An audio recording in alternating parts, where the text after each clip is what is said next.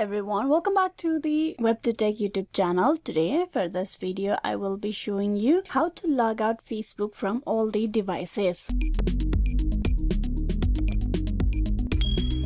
So for that, what you need to do is tap upon the Facebook application. You are currently logged in into your account. So to log out from all the devices that your Facebook account has been logged in, you tap on the menu icon, that is the hamburger icon on the top right. From there, you tap upon the settings and tap on settings. Inside setting, you need to tap on password and security inside account. Once you're inside password and security, you will see the option of where you're logged in. You tap on see all and there you will have the option of log out of all session.